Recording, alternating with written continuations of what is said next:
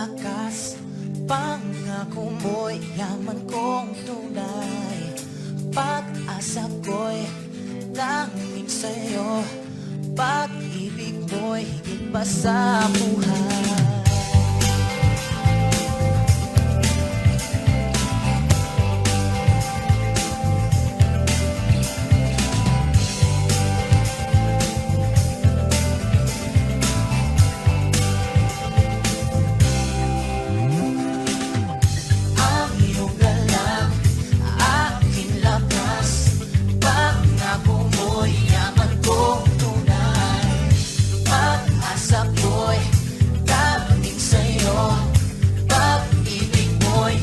Sa buhay, ang pagkakataong ika'y kapiling ko, hindi pagpapalit sa pilak o ginto. Wala nang papantay, wala nang hihigit sa'yo.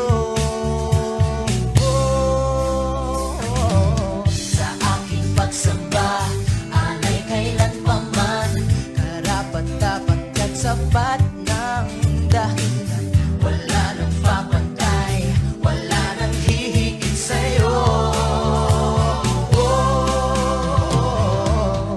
Ang iyong galang, aking lakas, pangako mo'y yaman kong tunay. Pag-asa ko'y tanging sa'yo, pag-ibig mo'y higit pa sa buhay.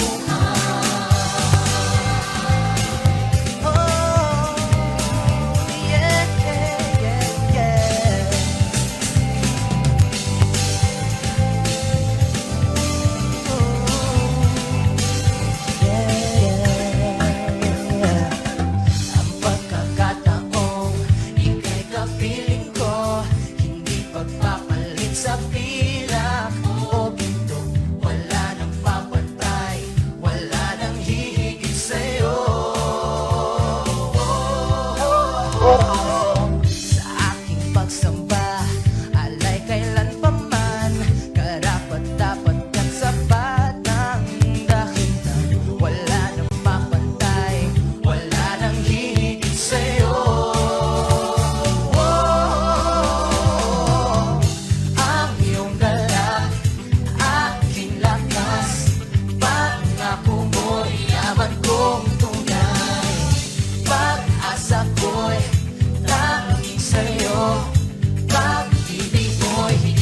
Sa buhay, ang iyong galak, aking lakas, pangako mo'y yaman kong tunay. Pag-asa ko'y tanging sa'yo, pag-ibig mo'y higit pa sa buhay. Ang iyong galak, aking lakas, pangako mo'y yaman kong tunay. Pag-asa ko'y tanging sa'yo, pag-ibig mo'y higit pa sa buhay. Ang iyong galang, aking lakas, pangako mo'y yaman kong tunay. Pag-asa ko'y tanging sa'yo, pag-ibig mo'y higit pa sa buhay.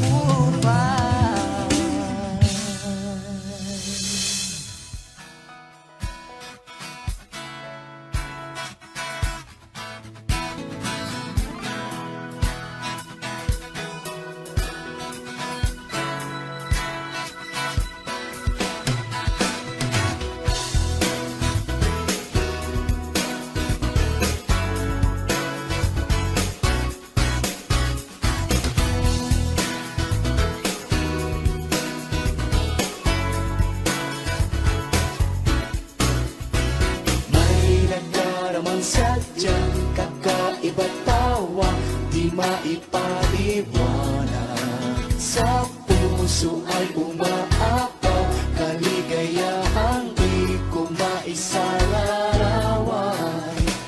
Di napapipigilan ang damdamin, ito ang nais kong gawin.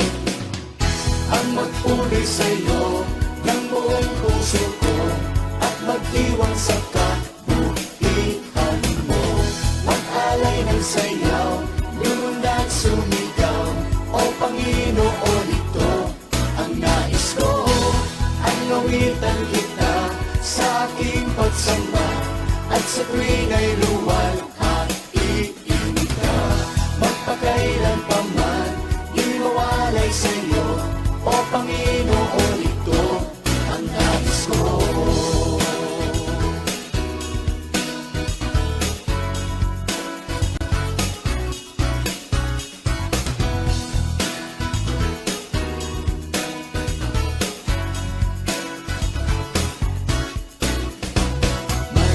Daramang sadyang kakaiba't tawang di maipaliwanag.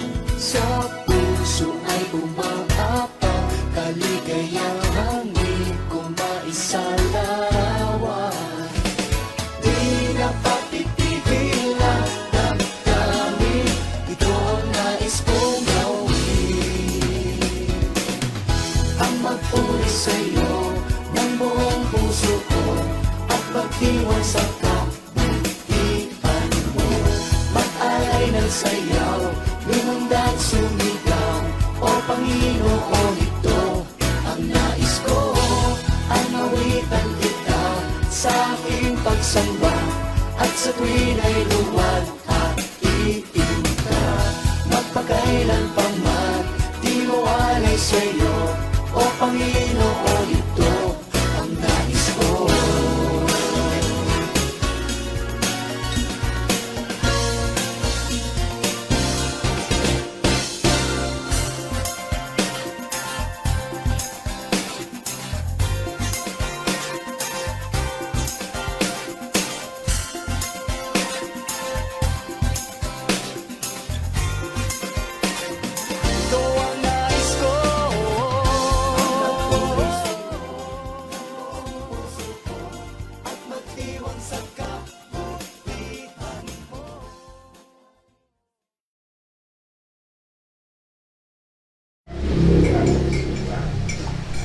Magandang umaga po sa ating lahat.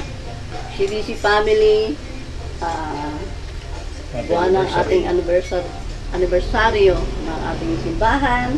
Kaya nawa sumaating lahat ang pagpapala at kapayapaan ng ating Diyos, na ating Ama at ng ating Panginoong Jesucristo. At patuloy tayong pangalagaan ng ating Panginoon sapagkat nagdeklara na PCQ na tayo. So, huwag po tayong mag-worry, huwag po tayong matakot. Alam po natin ang ating Panginoon, ang siyang ating magsusupply ng lahat ng ating pangangailangan. Sapagkat siya ay Diyos na tapat at hindi nagkukulang mula pa noon hanggang ngayon. Hanggang sa ating saling lahi, siya ay tapat sa atin. Kaya, patuloy natin siyang papurihan, pasalamatan, sapagkat ang Diyos ay mabuti sa ating lahat, na siyang nagmamahal at sumusunod sa kanyang mga salita. Salamat sa bawat isa. Pagpalain kayo saan man kayong dako ng Pilipinas o sa labas ng bansa. Pinabati po namin kayo ng magandang umaga. Tayo po muna ay manalangin sa ating Panginoon. Hallelujah! Panginoong Diyos, kami po ay lumalapit sa iyo. Ikaw na Diyos na tapat sa amin, na hindi nagkukulang. Kayo po ang aming sanggalang, kayo po ang aming muog, at kayo po ang aming kalakasan. Sa inyo po namin kinukuha ang lahat ng aming lakas, Panginoon, upang kami ay makapamuhay sa mundo ng kaguluhan, sa mundo ng napakaraming sitwasyon. Iba-ibang sitwasyon, Panginoon, ang nangyayari. Mabilis magbago ang panahon, Panginoon. Pero ikaw, Panginoon, na aming sanggalang ay hindi nagbabago. Ikaw ngayon, bukas at kailanman. At sa oras na ito, Panginoon, patuloy ka namin pupurihin, pasasalamatan, sapagkat ikaw ang Diyos na dakila, ikaw ang Diyos na dapat purihin at pasalamatan, ikaw ang Diyos na nangangalaga sa bawat isa sa amin, na tapat na naglilingkod sa iyo, Panginoon.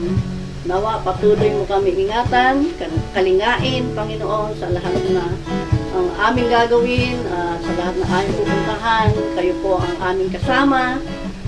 Hindi po kami hihiwalay sa iyong mga kamay, Panginoon. Sapagkat nasa iyong mga palad ang aming buhay, Panginoon. Maraming salamat po sa umaga ito. Pagpalain po ang bawat isa. Patuloy na ang salita mo ang aming mapakinggan sa umaga ito, Panginoon. At mapapurihan ka sa mamagitan ng mga awit ng papuri para sa iyo, Diyos. Salamat po. Ito po ang aming panalangin sa pangalan ng aming Panginoong Jesus. Amen. Amen. Awitin po natin ang halina at magpuri.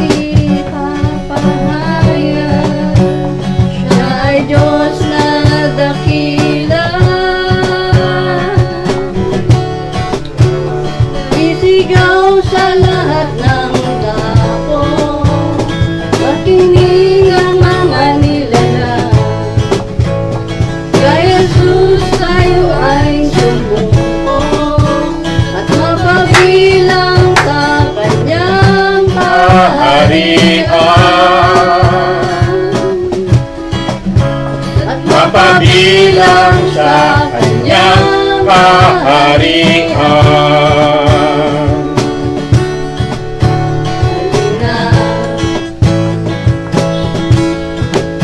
At magpuri. Amen! Tayo magpuri sa Panginoon! Itaas ang ngalan ng Panginoon. Yes! Sigla natin magpapuri sa Panginoon! Hallelujah! Sa Kanya Umawi!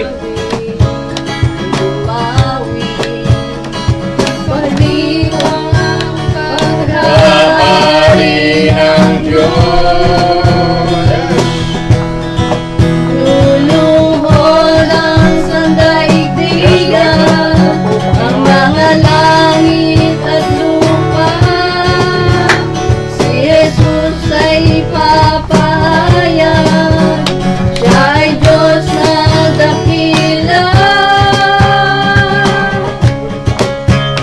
Isigaw sa lahat ng dako, makinig ang mga nilalang. Kay Jesus tayo ay sumuko, at mapabilang sa kanyang kaharian. At mapabilang sa kanyang kaharian. Isigaw sa lahat ng dako, makinig ang mga nilalang. Kay Jesus tayo ay sumuko, at mapabilang sa kanyang kaharian. At Mapabilang sa kanyang kaharian. isigaw sa lahat ng dako, makinig ang mga nilalang.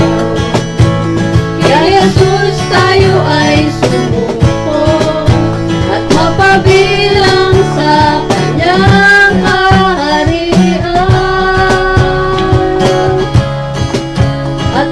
magpapabilang sa kanyang kaharian. Sigaw sa lahat ng tao, makinig ang mga nilalang. Kay Jesus tayo ay sumuko at mapabilang sa kanyang kaharian. At mapabilang sa kanyang kaharian. At mapabilang sa kanyang kaharian. At mapabilang sa kanyang kaharian. Amen. Salamat Panginoon, patuloy ka naming pupurihin sapagkat ikaw ang aming kanlungan, ikaw ang aming kapayapaan. Kaya lagi ka naming sasambahin, Panginoon. Ikaw ay karapat-dapat sa aming pagsamba. Pagkat ikaw ang nagmamahal sa amin, ikaw ang kumakalinga sa amin, Panginoon. Hallelujah. Jesus Christ. Natapos sa aming sila sa pangalan ng Panginoon. Ayos sa aming pagsamba. Sarababasik, karababasik, karababasik. Ikaw ang aking kanlungan. Yes, Lord God. Opo, o aming At kapayapaan. kapayapaan. Sa nga po. Sarababasik, karababasik. Ang dulot mo ay pag-asa. Sa nga po, Panginoon. Salamat sa pag-asa. Doon ko'y pagsamba. Bilang raspas, kami po'y sasamba sa inyo. Pasanin at lalaw Opo, Panginoon. Salamat. sa ating pagtagpo. Yes, Lord. Opo.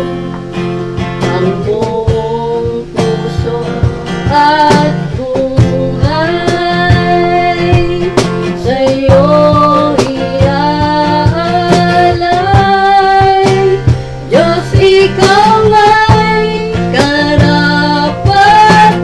karapat-dapat, pag-alayan ng pagsamba, pagmamahal at pagkakila, alay sa'yo aming Meron ba signal? Ama.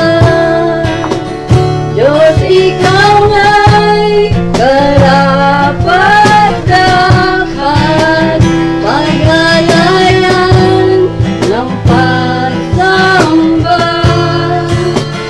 tanging hangarin ang ikaw ay sambahin. Hallelujah. Ikaw ang aking kanlungan. Amen. Salamat ang ating kanlungan. Kapayapaan. Sa nga po, Opo, Panginoon. Kaya panig tayong sa iyo lamang. Ang Kapusunguan. dulot mo ay pag-asa. Yes, Lord God. At lakas ng buong katapang. Doon ko'y pagsamba. Pasanin at lalaho sa ating pagtatagpo. Ang buong puso at buhay sa'yo'y iaalay. Diyos, ikaw ay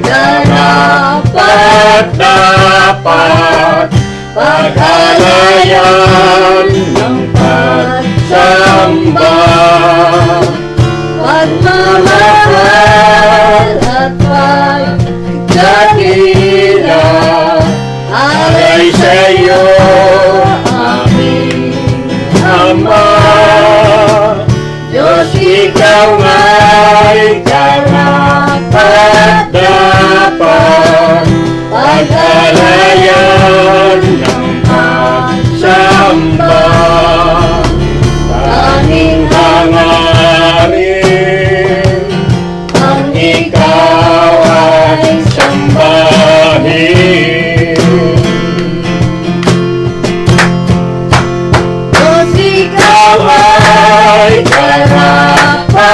dapat pag-alayan ng pagsamba, pagmamahal at pagdakila,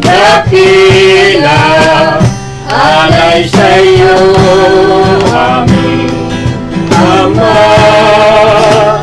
Diyos, ikaw ay karapat-dapat pag-alayan ng pagsamba, aming hangarin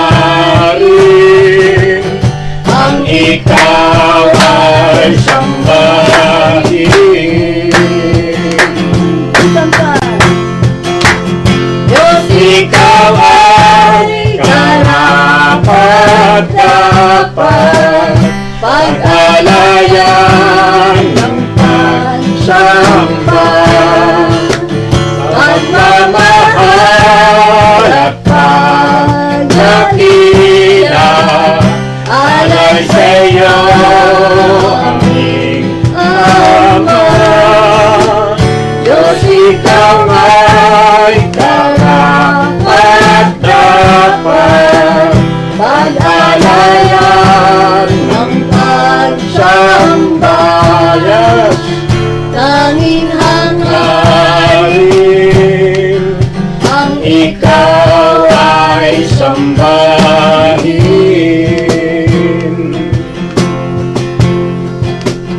tanging Hangarin ang ikaw ay sambahin.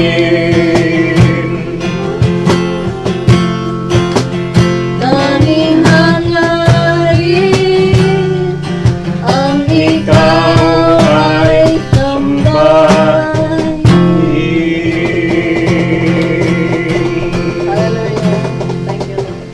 Hallelujah.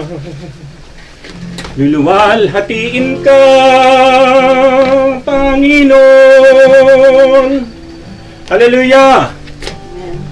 Thank you, Jesus. Thank you, Holy Spirit. Tayo po muna ay dumalangin sa ating Diyos na buhay, na may lalang ng lahat ng bagay at siyang nakakabatid ng kalagayan ng bawat tao, sa pangalan ng aming Panginoong Hesus. Salamat po, ating po siyang purihin at pasalamatan dahil sa kabila ng pandemya na ito, hindi niya tayo iniwan at hindi niya po tayo pinabayaan, at siya po ang siyang kumakalinga, nag-iingat at nagpapala sa ating lahat. Dinedeklara namin ang bukas na langit sa aming lugar na ito at sinasabay namin lahat ng aberya in the name of Jesus, hindi lang sa aming tahanan, kundi sa lahat ng tahanan ng aking mga kapatiran CDC at maging sa lahat ng tumutunghay, nakakasama namin sa gawaing ganito saan man silang dako. Mababa ang aming mga sarili at tanging kayo po ang siyang maitaas sa aming mga buhay. Patuloy mo kaming banalin, linisan, aming Ama, sa pangalan ng aming Panginoong Hesus. Bigyan mo kami ng patnubay, pangunguna, kaalaman, karunungan, maging pangunawa sa inyo nga pong mga salita at maging pagkapala ang umagang ito para nga po sa amin. Batid niyo po yung sitwasyon ng aming mga kapatid. Alam niyo po yung kanilang mga kalagayan sa buhay, yung mga kapatid namin na nasa kritikal ang kanilang kalagayan dahil sa kanilang mga karamdamang kinakaharap sa pangalan ni Jesus. Patunayan niyo po na kayo makapangyarihan na gumagawa ng himala. Kayo po magbangon sa kanila, magpalakas sa kanila, magpagaling sa kanila in the name of Jesus Christ, mula ulong at talampakan sa pangalan ni Jesus. Dampian niyo po na iyong pagpalang kamay, anumang kanilang karamdaman, kahit po ang COVID na ito, in the name of Jesus Christ. Kahit na may bagong variant ito man ay Delta, sa pangalan ng aming Panginoong Jesus, sapagkat higit kayong makapangyarihan. Gayun din po lahat ng kinakapos sa kabuhayan, sa lahat ng alang pangangailangan, yung mga bayaring utang, Lord God, sa pangalan ni Jesus, bigyan niyo po sila ng pangangailangan po nila sa kanilang pang-araw-araw na buhay, mga pambayad utang, Lord God, mga pambili ng kanilang pangangailangan, at matuto pong umasa at magtiwala sa iyo lamang ang bawat tao, Krisyano man o hindi Krisyano, Lord God, at gamitin niyo po yung kalagayang ito ng amin pong mundo kung saan ang mga tao po ay matutong magtiwala, manalangin at magpuri sa inyo. in the name of Jesus Christ. Salamat po ng marami. Alam namin, ang umagang ito, umaga na naman ng tagumpay, kabutihan at pagpapala para nga po sa amin lahat. Tanggapin niyo po ang aming papuri, ang aming pagsamba, ang aming pasalamat sa inyo sa pangalan ng aming Panginoong Yesus. Amen! Amen! Isang napakagandang buhay po sa inyo mga kapatid. Ngayon pong umaga, nawa po ay nasa maayos po ang inyong kalagayan, nasa kabila po ng lahat ng ito. Dahil ngayon sa ating probinsya ng Bataan, tayo po ay naka-isik yun na hanggang 22.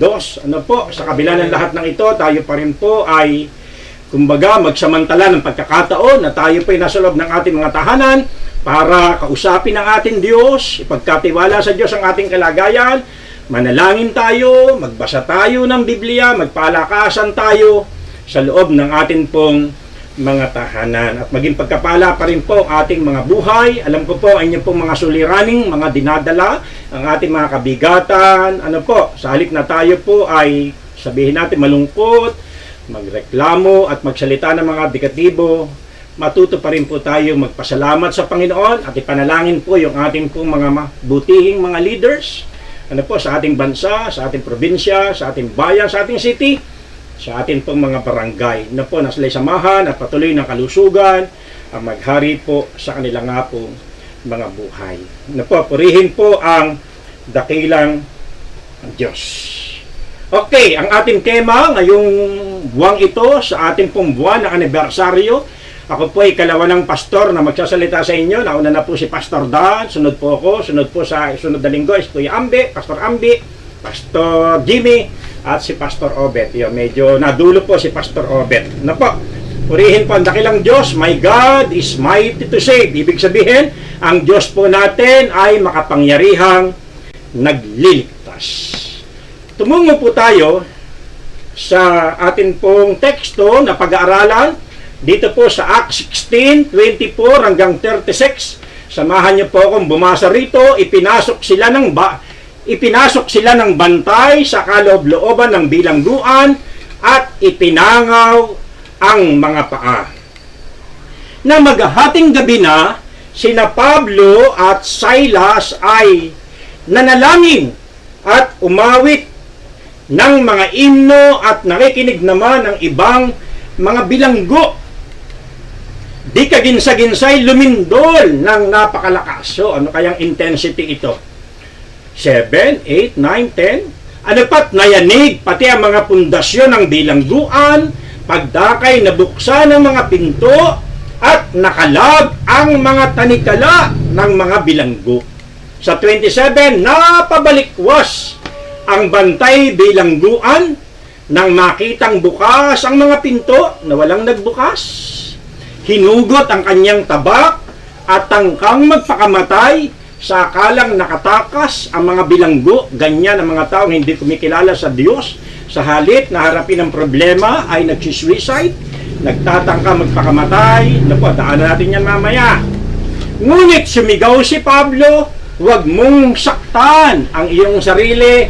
Narito kaming lahat. Ito naman yung mga taong kumikilala sa Panginoon. Sa kabila na mayroong pandemya, ang mga tao ay nawawalan ng pag-asa, at sa kabila na mayroon din siyang suliranin sa buhay, nakapagbibigay pa siya ng lakas at tapang ng loob sa kanyang kapwa. Humingi ng ilaw ang bantay, patakbong pumasok at nanginginig na nagpatira pa sa harapan ni na Pablo at Silas.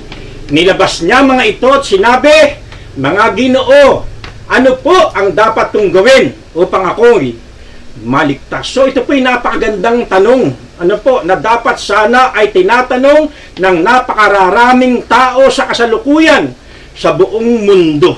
Hindi yung kailan matatapos ang COVID. Na po, minsan gano'n no? Kailan kami makakalaya, kundi sana ang maging tanong ng mga tao, ano ang dapat kong gawin upang ako'y maligtas. At merong solusyon. Sabi ng 31, sumagot sila, sumampalataya ka sa Panginoong Yesus at maliligtas ka, ikaw at ang iyong sambahayan. So, si Jesus lamang ang tanging solusyon.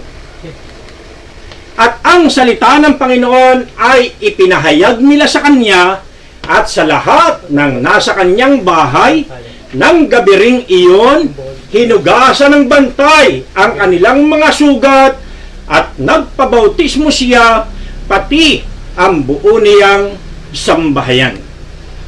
Pagkatapos, sila isinama niya sa kanyang tahanan at hinainan ng pagkain, galak na galak siya at ang kanyang buong sambahayan sapagkat sila'y natutong sumampalataya sa Diyos. Ang atin bang pananampalataya sa Diyos ang tunay na nagbigay sa atin ng kagalakan sa mundong ito, sa buhay natin sa ngayon. Wow, yan po naging epekto sa taong ito.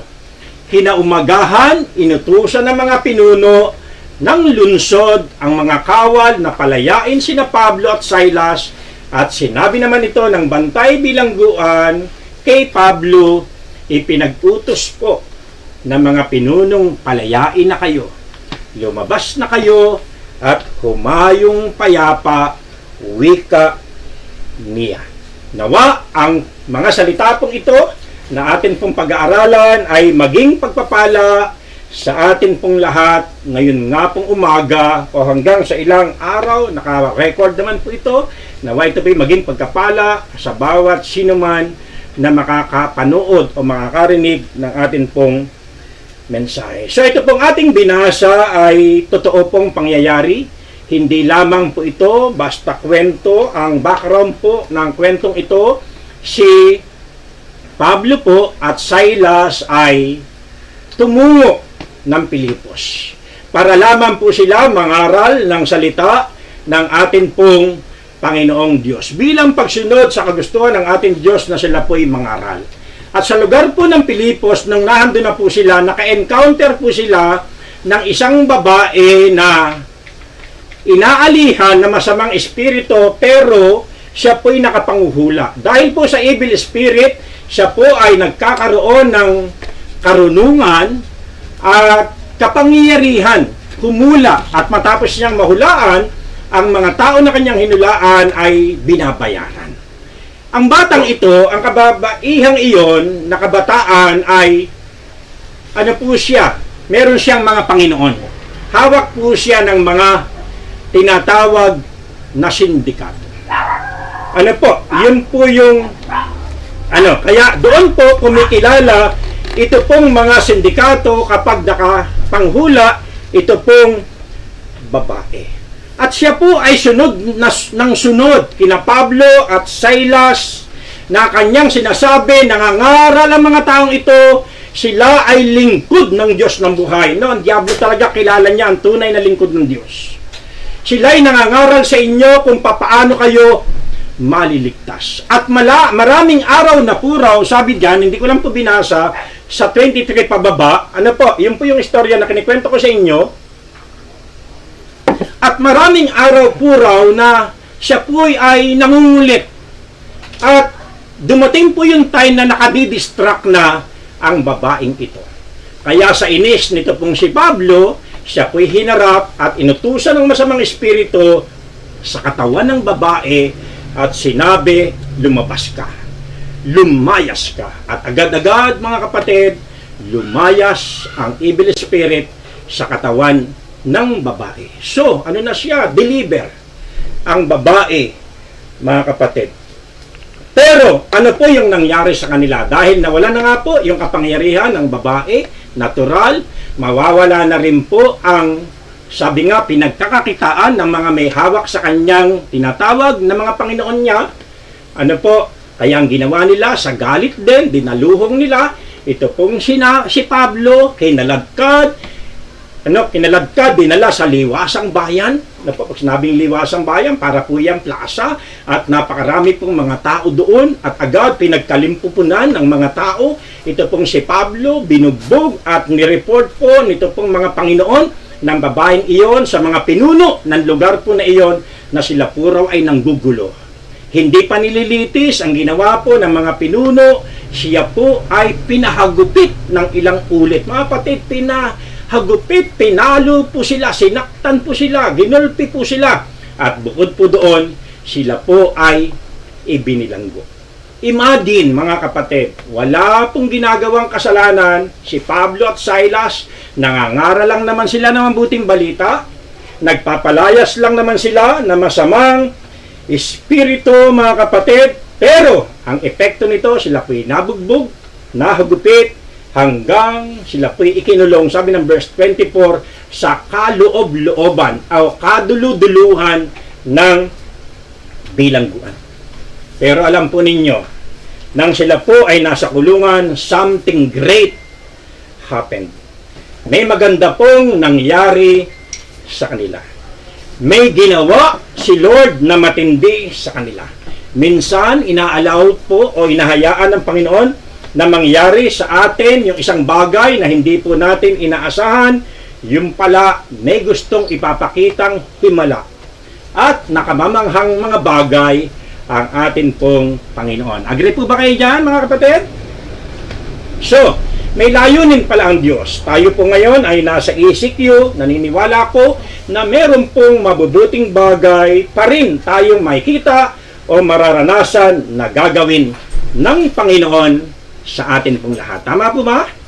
Purihin po ang Panginoon. Nung nag-declare last year ng ECQ, dami naming magagandang bagay na mga naranasan. Kwento ko yan sa inyo, yung aming ng kapitbahay na kilala naman namin, nagtatanong sa amin, pero hindi ganun ka-close sa amin. Na po.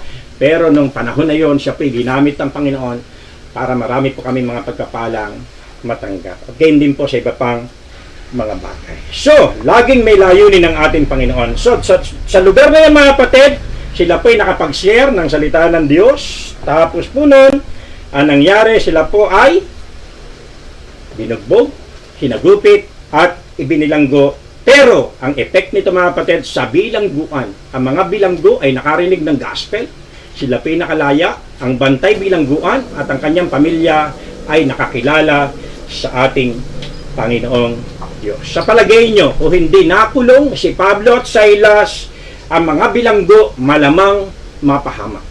Malamang mapugutan ng ulo, malamang malitis. Pero dahil nakulong doon si Pablo at Silas, mga kapatid, narinig nilang mabuting balita. Di ba? At tinanggap nila si Jesus, ang bantay bilangguan, mga kapatid, ay naligtas, maging ang kanyang buong sambahayan. To make story short, yung bad thing na nangyayari sa ating mga buhay, mga kapatid, begin a blessing naman doon sa mga tao na nasa bilangguan. At minsan din sa ating mga buhay, yung mga pangit na pangyayari, ikaw po nakakalam niyan, ay pwede pong gawing maganda ng Diyos at magbigay ng pagpapala yan una sa iyo at maging pagkapala rin po tayo para po sa iba. Purihin po ang Diyos. Ngayon, ano po yung mensahe na pwede nating matutunan sa kwento pong ito? 3 bagay. Ang title natin ay Unlocking the Door of Salvation, mga kapatid. Sino po ang gustong mabuksan ang pinto ng kaligtasan? Una, sa sarili natin. Siyempre, hindi lang sa ating mga sarili. Pangalawa, sa ating pong mga kasambahay o ating pong mga kapamilya, ang ating pong mga kaibigan, ang ating pong mga, kumbaga, mahal sa ating puso. Ano po, mga minamahal natin, mga kapatid. Sa ating binasa, sabi ko nga, 3 aral lamang po ang ating pong makikita. 3 things we can learn from Acts 16:24-36, how to respond to our problems, trials, and difficulties. No po, o how response when there is problem or trial, how to unlock the door of salvation, paano po bubukas ang pinto ng kaligtasan para sa ating pamilya, and what will happen when you believe. So, punta na po tayo sa una. How believer responds when there is problem or trial. Dito, believer sa unbeliever, bibigyan na rin natin po ng pansin. Tanungin ko po kayong lahat, sino po sa atin ang hindi nakaka-encounter ng problema? Meron po ba? Di ba po wala? Dahil lahat po tayo ay nakakaranas ng problema o pagsubok sa buhay. Believer ka man o unbeliever, mga kapatid, hindi po tayo exempted pagdating sa mga pagsubok ng buhay. Na po, hindi tayo exempted mga kapatid. Kaya sabi naman ng iba, total pastor, kumilala ka sa Panginoon o hindi pala, ay hindi ka exempted, hindi na lang ako lalapit sa Diyos. Mamili po kayo, ano po ang inyong gusto? Merong pagsubok na sinasamahan kayo ng Diyos o merong pagsubok na hindi kayo sinasamahan ng Diyos? Ano gusto niyong piliin? Di ba? Sa ngayong may pandemyang ito, ipagkumpara natin na ikaw hindi kumikilala sa Diyos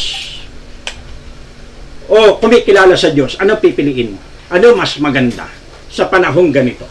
Di ba? Kaya, napakahalaga niyan na po sa ating po mga sarili. So, dito naman, nakikita natin kung ano po yung kaibahan, sabi nga, ng mga taong nakakilala sa Panginoon kapag sila po ay umaharap sa mga matitinding problema. At ano naman ang kaibahan ng mga taong walang pagkakakilala sa Diyos kung paano po sila humarap sa mga problema. So magkaiba po ang kanila pong reaction. Yes, lahat po tayo mga kapatid ay dumaranas ang problema o pagsubok sa buhay, pero magkaiba po tayo ng kaparaanan kung paano po humarap sa problema o tumugon po rito. Katulad ko po, nung araw, personal experience ko po, nung hindi pa po ako Kristyano, wala pa po akong pananampalataya sa ating Panginoon, ang aking pagharap sa pagsubok ng buhay, siguro yung may inisin ako, magalitin ako. Ano po? Pangalawa, dinadaan ko lang sa inom.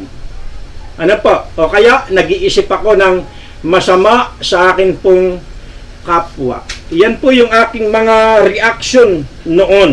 Ano po mga kapatid? Ako naman ay nagsisimba ng mga panahong iyon. Kung kailangan ng pera, ang solusyon, mangutang. Kung sobrang lala na ng problema, ang ginagawa ay, inom na lang kaya ako ng pintura. Ano po? Inom na lang kaya ako ng Baygon para matapos na ang aking buhay. Katulad ng kanina, na bantay. Hinugot niya agad yung kanyang taba, o pwede rin yung iba, barel, o kaya naman lason, na po para i-take na lang po nila iyan. O kaya naman ay magmukmuk na lang sa isang sulok. Pero, noong 1987, nung na-receive ko na si Jesus, after 5 days, malaki yung transformation sa akin, agad bagong airway na po ako, at after 2 months, 4 months, hanggang 6 months, ako po ay nag-decide na maglingkod sa Diyos. So, yung malaking kaibahan, ako din po ay meron pa rin po mga pagsubok na nararanasan hanggang sa ngayon, mula noon mga kapatid, sa akin pong buhay, pero iba na po yung akin pong response. Natuto na po akong magtiwala sa Panginoon, natuto na po akong tumawag sa Kanya, manalangin sa Kanya, magpuri sa Kanya, sumamba sa Kanya, at paglingkuran pa siya. At mag-isip, nung una, mag-isip ng masama, ngayon, mag-isip pa rin ng mabuti. Paano makagagawa sa atin pong kapwa. So, yan po yung kaibahan ng ikaw ay believer na sa hindi believer. Siguro, marahil, ganun din po kayong lahat. Na po, tayo pong lahat. Ganun po tayong lahat na mga Kristiyano. So, balik tayo. How believers respond when there is problem or trial. Na po, sabi diyan sa verse 24, ipinasok sila ng bantay sa kaloob-looban ng bilangguan at ipinangaw ang mga paa. Pansinin po natin mga kapatid, ito po ay matinding pagsubok kila Pablo at Silas. Wala naman silang ginagawang masama, nangangaral lamang po sila ng salita ng Diyos at sumunod sila sa kalooban ng Panginoon. Kaya lang sila po ay nagkaroon ng problema. Alam natin ang problema ito ay hindi si Lord nagpadala. Pero inallowed ng Diyos yung kalagayan po nila mga kapatid upang sila po ay maging pagpapala sa ibang mga tao. Ano po? At ganoon din po naman sa atin pong mga buhay. Sapagkat naniniwala tayo kung gaano kalaki yung problema, suliranin, atin pong kinakaharap, ganoon din po yung pwedeng pagpapala, mga kapatid, himala ng pagkapala na pwedeng gawin ng Diyos sa atin pong mga buhay, katulad po ng kanyang ginawa sa buhay po nito pong sila Pablo.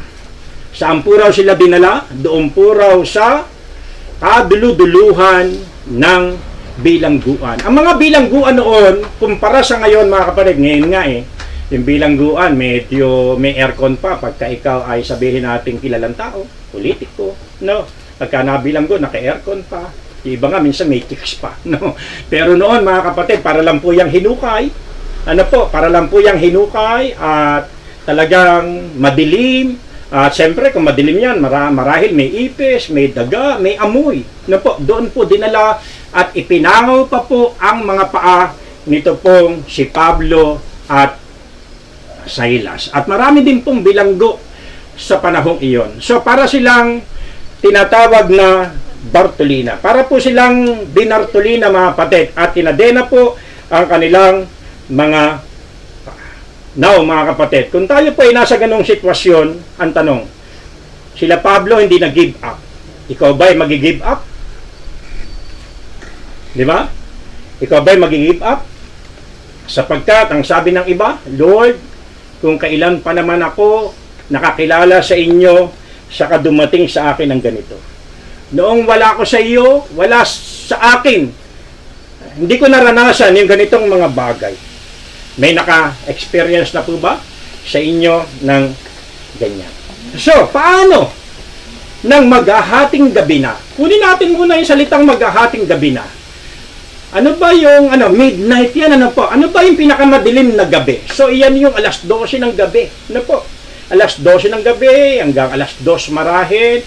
Kumbaga sa tanghali, ano ba yung pinakamainit sa tanghali? Ito yung alas 12 ng tanghali, mga kapatid. Ano po yung gusto ko pong ipunto sa atin pong lahat, mga kapatid? Minsan tayo po talaga ay dumarating sa pinaka-midnight ng ating buhay. Sa pinakamadilim ng ating buhay na parabang hindi mo na alam kung ano ang iyong gagawin. Parabang hindi mo na alam kung ano ang iyong gagawin. Dumating na po ba kayo sa ganun pong pangyayari sa inyong buhay na hindi mo na talaga alam ang iyong gagawin? At ano po ang kailangan lang natin gawin, mga kapatid? Wala. Wala kang dapat gawin, mga kapatid. Pero mga tao kasi na walang pagkakilala sa Diyos, marami silang paraan sa kanilang mga sarili. Alam niyo po, ang pinakamainam na mabuti po nating gawin sa ganong kalagayan, sabi nga, come to Jesus when you are in trouble. Minsan na-share ko na po yan sa inyo. Sa panahong ganyan, katulad ni Pablo at Silas, ano po ang ginawa nila, mga kapatid?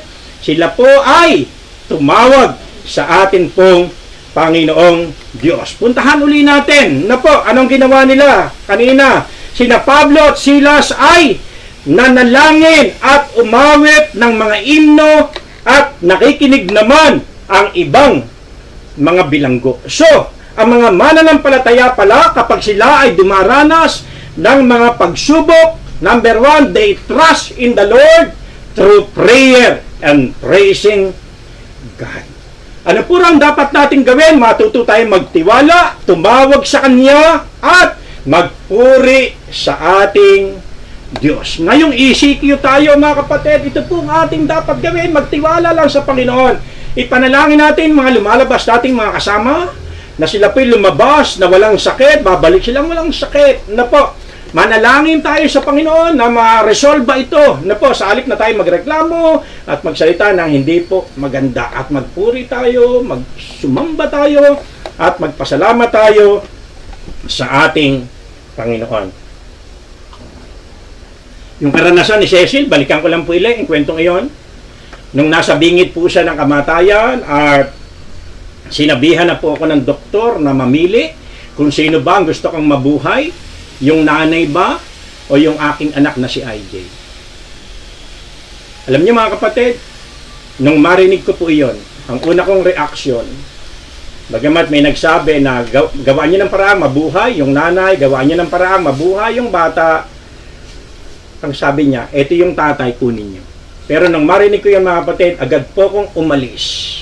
Sa karamihan ng mga tao, nagpunta sa isang sulok, nanalangin, nagtiwala sa Diyos. Ang aking dasal nung time na yon, Panginoon, una, nagpapasalamat ako sa Lord. Kung iyon po ay 2005, 1991 kami kinasal, so 14 years na kapag nagsasama. Ngayon, another, magsi-16 years. Kaya magte-30 na ba tayo? Kaya magte-30 years na kami. Sa darating na November. So, nahigitan na kasi 16 years old na si IJ. So, 14. Ang time na yon, Lord, maraming salamat sa panahong nakasama ko ang aking may bahay kung kukunin mo po siya. Pero kung hindi mo naman siya kukunin pa, gumawa po kayo ng himala sa kanya. Hallelujah. At alam naman po natin hanggang ngayon, buhay po yung akin pong asawa. Ano po yung gusto ko pong sabihin, mga kapatid? Ano po yung gusto ko pong sabihin? Ang ginawa ko po, yun po, nagtiwala, nanalangin sa Panginoon, at yun din po ang atin pong gagawin, mga kapatid. Alam niyo po, anuman ang maging tugon ng Diyos atin, magaan po natin itong tatanggapin. Di ba? Kung siya kinuha ng Panginoon, magaan ko po yung tatanggapin. Pero hindi niya kinuha ng Diyos. Hindi siya kinuha ng Diyos. Sa ganong bagay, mga kapatid, ano po, anuman ang itugon ng Diyos sa atin, magaan po natin itong mauunawaan.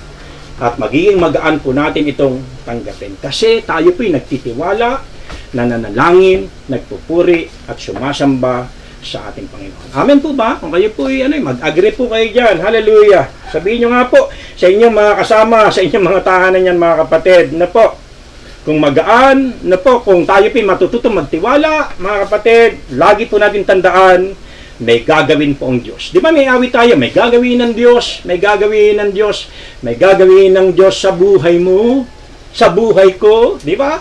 Purihin po ang dakilang Diyos. Kapag tayo po ay nasa kalagitnaan, nakadiliman ng problema, matuto tayong magtiwala, matuto tayong manalangin, at magpuri pa rin sa Kanya, may gagawin siya. Katulad ng tema natin, My God is mighty to save. Ililigtas ka niya. Ililigtas niya ang iba nating mga kasama. Hallelujah! Yun po yung naging response nito pong sila Pablo. Bilang mga mananampalataya, they trust in the Lord through prayer and praising God. Na po, wag po natin naalisin yan sa atin pong mga buhay at naniniwala tayo. Sabi ng verse 26, di kaginsa-ginsay, lumindol ng napakalakas. Wow! Habang sila nagpupuri, nananalangin sa Panginoon, bigla pong lumindol. Wow! Ano kayang intensity ito? Sabi diyan, ano pat, nayanig, pati ang mga pundasyon ng mga bilangguan. Lahat tayo nakaka-experience ng madalas na lindol sa kasalukuyan. Pagdakay, nabuksan ang mga pinto, the door. Di ba? Ay bumukas. Ang mga pinto ay bumukas, mga kapatid, unlocking the door, mga kapatid, at nakalag ang mga tanikala ng mga bilanggo, yung pangaw, yung tanikala, mga kapatid, na po yung chain, nagkaroon sila ng tinatawag na deliverance. Wow! Yan po yung naging epekto sa ginawang response nito pong si Pablo at Silas at sa buhay po natin.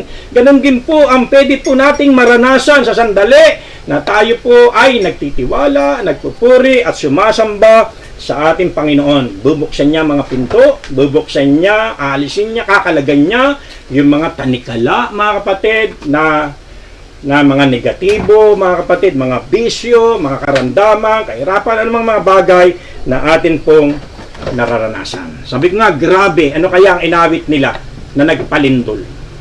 Ano po? Na nagpayanig ng pundasyon.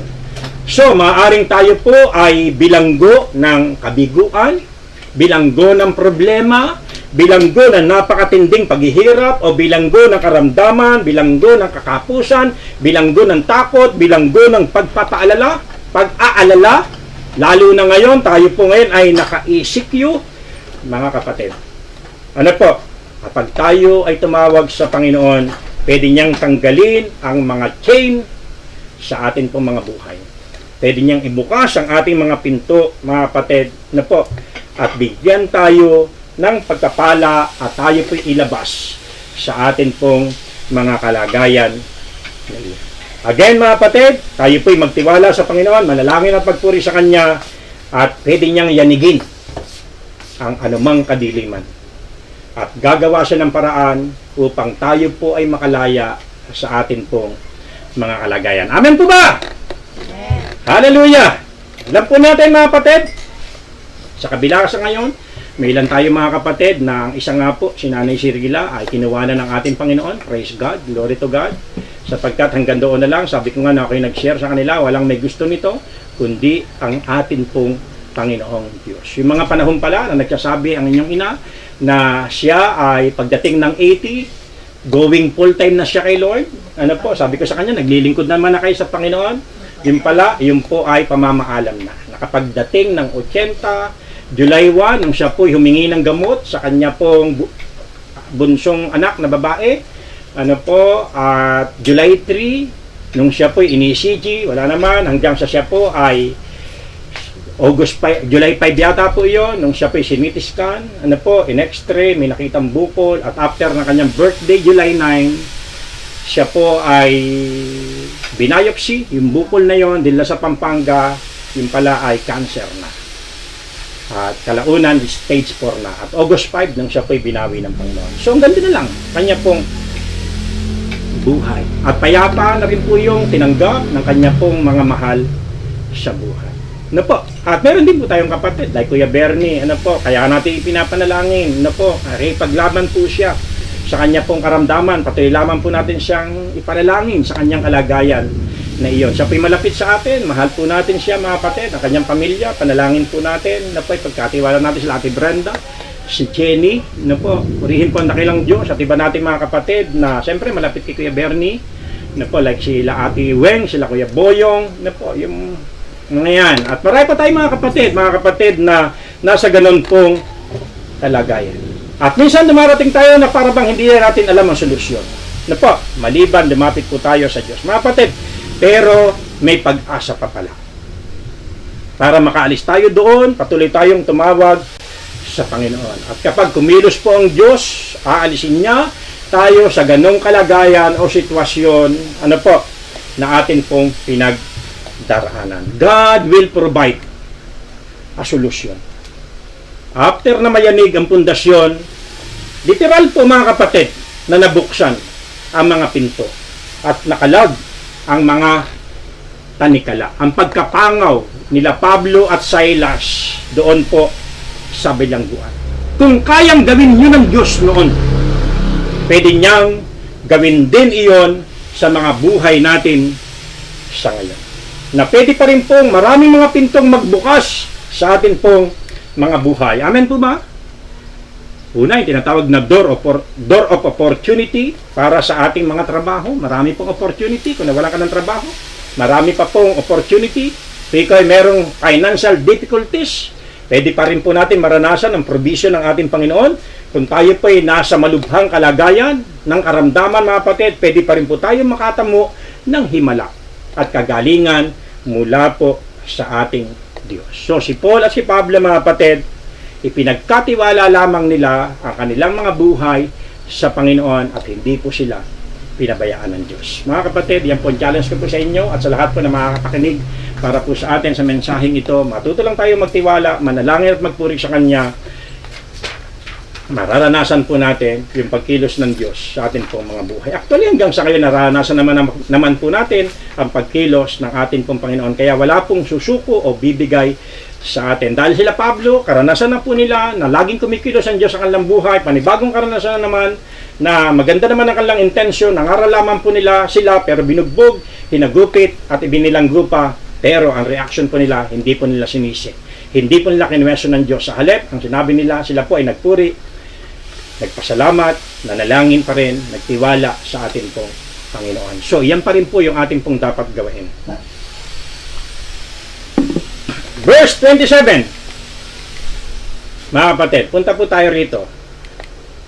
Ano sabi niya? Napabalikwas ang bantay bilangguan at nang makitang bukas sa mga pinto, hinugot ang kanyang tabak at angkang magpakamatay sa akalang nakatakas ang mga bilanggo. Atin pong tignan ang response ng mga taong walang pagkakilala sa Diyos. Una, sabi diyan, ang bantay ay napabalikwas. Nang maghahating gabi na, mga kapatid, after na lumindol, ito pong bantay, kaya napabalikwas, tulog. Ang taong tulog, anuman ang nangyayari sa kanyang paligid, wala siyang alam. At para po maka-escape o makatakas sa posible na parusang tanggapin ng bantay na ito, ano po ang kanyang ginawa? Hinugot ang kanyang tabak. Para ito ay, para siya magpakamatay, para maglaslas ng liit. Ano po? How the unbeliever responds when there is trial.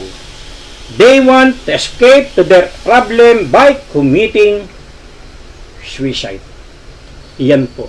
At nawa po, inahamon ko po kayo, kung wala po kayong malalim na relasyon sa Diyos, ano po, mga pwede pong makarinig o makapanood ng mensahe pong ito, hindi po pagpapatiwakal ang solusyon. Kung kayo po'y napapagod na, nahihirapan na dahil sa pandemya na ito, kailan ba ito matatapos? Ano po, sabi nga sa inyo, hindi dapat yan ang ating itanong, kundi yung ano ba ang aking dapat gawin para ako maligtas. Hindi yung kailan ba ito matatapos.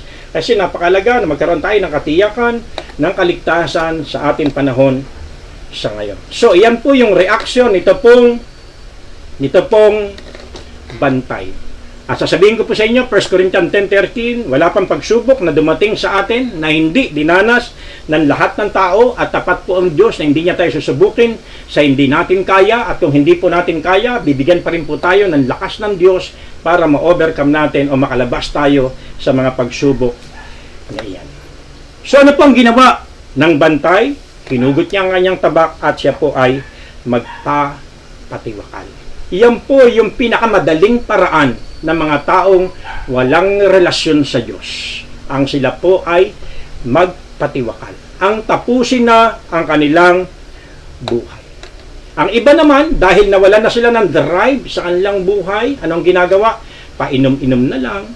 O kaya naman, hindi sila kumakain. O kaya pamukpok-pokmok na lang. O kaya chain smoker na lang. Pabisyo-bisyo mga kapatid. Hitit ng hitit. Kung ano hititin. Sigarilyo, marijuana, minsan shabu. Mga kapatid, alam niyo po, dahan-dahan lang, pero ang dulo po rin yan, kamatayan. Yan po yung paraan ng mga taong walang relasyon sa Diyos. Yan po, ang ginagawa ng mga taong walang relasyon sa Diyos, katulad po ng bantay na ito, wala po siyang naisip na paraan, kundi hugutin ang kanyang tabak at siya po ay magpatiwakal. Kesa harapin niya ang kanyang problema at panagutan niya, kasi kung ikaw ay gwardiya, in charge ka ng time na yon, kung merong nakatakas na mga bilanggo, sagutin mo yun. At kisa sagutin niya yon, mga kapatid, magpapakamatay na lang siya. So balik ako, application tayo po, kapag tayo po ay merong mga suliranin sa buhay, merong mga problema sa buhay, ano po ang naiisip ninyong solusyon? Tumalon sa tulay? Magbigti? Uminom ng lason? Uminom ng baygon? Maglaslas ng blade? Di ba? Yan po yung akala ng mga taong paraan. Ngayon, nag-ECQ tayo. Ano reaction po ninyo? Mag-bash? Magreklamo? Magpadinig, mga kapatid? Pero dahil Krisyano po tayo, sa halip na iyan po maging sitwasyon, mga kapatid, ano po dapat? Reaction po natin sa mga bagay na yan, mga kapatid? Di ba? Maging maging malawak ang atin pong isipan. Di ba? Kung meron mga ganong action, ipagkatiwala po natin iyan sa atin pong Panginoon. Sapagkat ang akala nito pong bantay, iyon ang kanyang mabisang paraan, pero po merong higit na mabisang paraan. Di ba? At sabi po ng verse 28, ngunit sumigaw si Pablo, huwag mong saktan ang iyong sarili, narito kaming lahat. Ano pong ibig sabihin nito?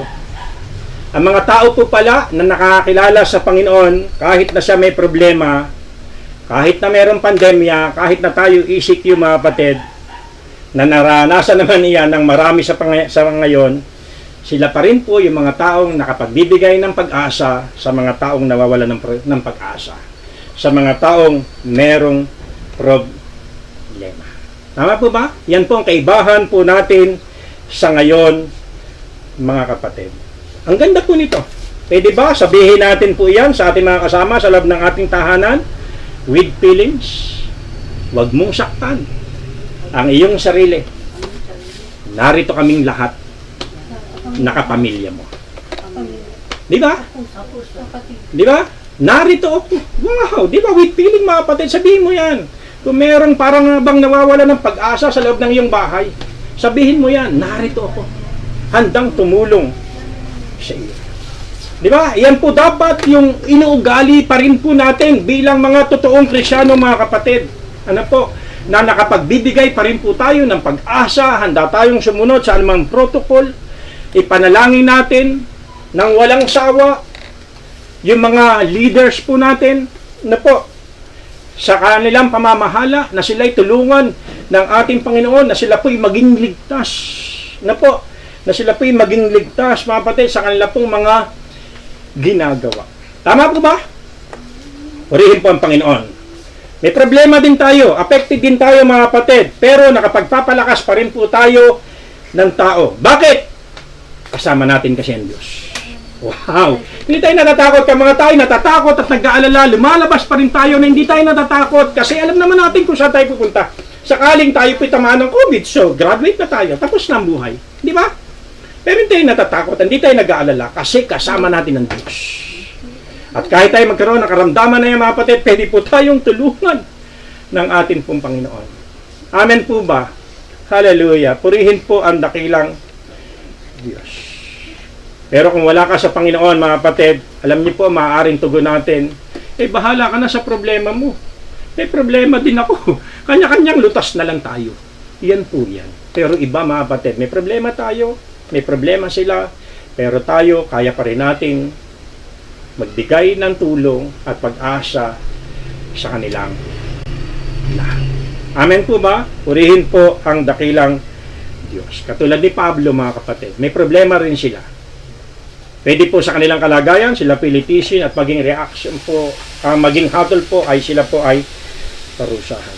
Pero po, si Pablo, mga kapatid, ang kanila pong ginawa, sila pa rin po yung nagbigay ng pag-asa. Pwede ba natin ulitin? Ngunit sumigaw si Pablo, huwag mong saktan ang iyong sarili, narito kaming lahat. Ipaparaphrase natin kung anong may tutulong namin, narito kami. Pastor ng CDC, alam ko pong meron tayong pangangailangan. Narito kami, mga miyembro ng CDC, handang tumulong sa pagpapagawa ng ating simbahan. Tama po ba? Purihin po ang dakilang Diyos. At subok na po natin kayo dyan, mga kapatid. 16 years na nga po tayo. Nakalimutan ko nga, anniversary nga pala natin. Sinabi ko nga po kanina. Di ba? 16 years na po tayo. Kaya lang, actually po ang istorya ng CDC, 2005, 2004, mga kapatid, ano po, July 23, sabi sa akin ng tatlo kong kasama, Pastor Obet, Pastor Johnny, Pastor Dan, kasama-sama na kami, gusto mo mag-join? Nagtitingin ako ng bisikleta noon. Nag-meeting kami, nag-usapan namin yung ganda kapag kami nagsama-sama at hindi. 80%, napakataas, so ganun ako ka-excite. Tuloy-tuloy kami ng meeting.